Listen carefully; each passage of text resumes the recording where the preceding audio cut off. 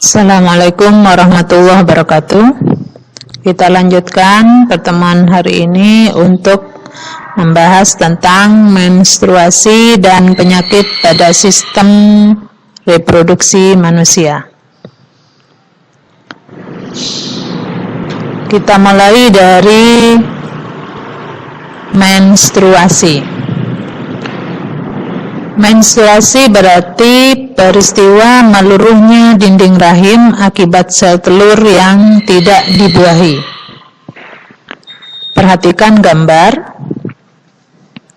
Ada 4 gambar yang menunjukkan tahap-tahap sehingga proses menstruasi terjadi. Tahap yang pertama yaitu fase proliferasi. Pada fase ini, peristiwa di dalam ovarium adalah pematangan folikel atau calon sel telur. Proses pematangan ini dipengaruhi oleh hormon estrogen dan progesteron, serta FSH, follicle stimulating hormone.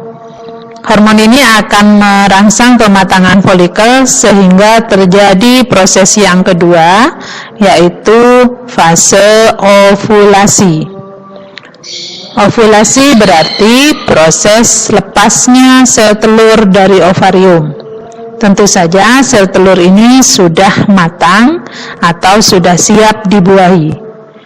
Sel telur yang lepas dari ovarium akan ditangkap oleh infundibulum dan masuk ke dalam oviduk menuju ke rahim atau uterus.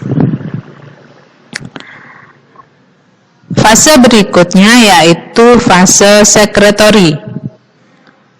Folikel yang sudah dilepaskan ini akan merangsang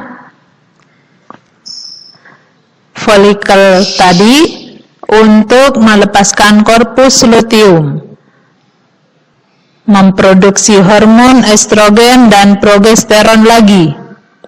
Akan tetapi, karena pada rahim tidak ada sperma atau proses fertilisasi tidak terjadi, maka sel telur yang sudah sampai di rahim ini akan rusak. Rusaknya sel telur ini akan diikuti oleh peristiwa peluruhan atau pengelupasan dinding dalam rahim, sehingga lapisan dinding dalam rahim ini akan meluruh atau rusak dan keluar melalui vagina. Proses inilah yang dikenal dengan nama menstruasi.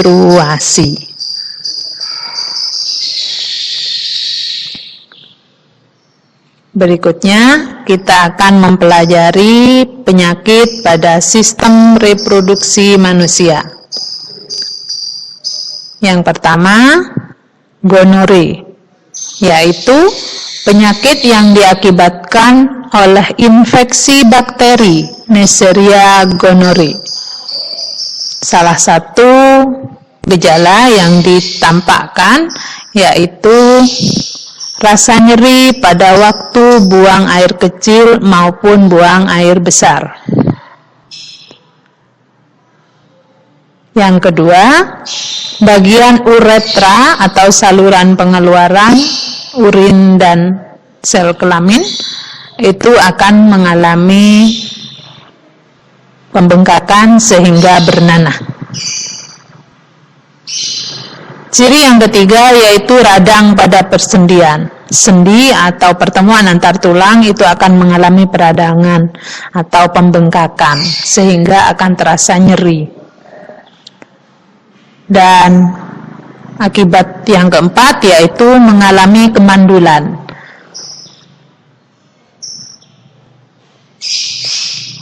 Penyakit lain yaitu sifilis atau raja singa adalah penyakit yang disebabkan oleh infeksi bakteri Treponema pallidum. Ciri-ciri bisa kamu lihat dari gambar yang ditayangkan. Di kulit ada bercak-bercak, dan bercak-bercak itu punya tanda khusus. Ciri-ciri dari penyakit sifilis yaitu munculnya bisul kecil pada bagian penis dan leher rahim. Jadi yang bisa mengalami penyakit ini baik pria maupun wanita. Dan ciri berikutnya yaitu pembengkakan kelenjar limfe. Ciri yang ketiga, luka pada kulit. Dan keempat, kerusakan organ dalam dan mengakibatkan kelumpuhan. Berarti sarafnya diserang. Penyakit lain yaitu herpes simplex genitalis adalah penyakit yang disebabkan oleh virus herpes simplex tipe 2. Berbeda dengan penyakit sebelumnya, ini penyebabnya adalah virus. Ciri-ciri penyakit herpes: 1. Berupa gatal-gatal dan pedih dan kemerahan. Yang kedua, melepuh dan menimbulkan luka. Ketiga, penyakit yang sulit sekali sembuh dan bisa kambuh lagi. Penyakit herpes ini menyerang permukaan kulit. Dan penyakit lain yaitu AIDS. Penyakitnya kita kenal dengan nama AIDS, yaitu penyakit yang disebabkan oleh virus. Virus penyebab penyakit AIDS dikenal dengan nama virus HIV atau Human Immune Deficiency Virus. Cara penularan penyakit AIDS: 1. Hubungan seksual dengan penderita HIV. Jadi sekalipun seseorang itu dalam kondisi sehat, tetapi dia melakukan hubungan seksual dengan penderita HIV, maka virus itu akan berpindah pada orang tersebut dengan adanya hubungan seksual tadi. Yang kedua, proses transfusi darah yang sudah tercemar virus HIV. Dan yang ketiga, cara penularannya jarum suntik akibat sudah digunakan pada penderita HIV. Kemudian penyakit lain ada yang dikenal dengan istilah epididymistis. Apa itu epididymistis? Yaitu peradangan pada epididymis. Dapat kalian lihat dari gambar, ini bagian epididymis. Nah, kemudian ini bagian testis. Kalian sudah belajar sebelumnya bahwa fungsi epididymis itu adalah untuk pematangan sel sperma. Nah, epididymis yang mengalami peradangan itu akan mengalami pembengkakan, sehingga akan mengganggu proses pematangan sperma atau mengganggu kualitas sperma yang dihasilkan. Ciri-ciri epididymistis adalah rasa nyeri yang disertai pembengkakan pada salah satu testis.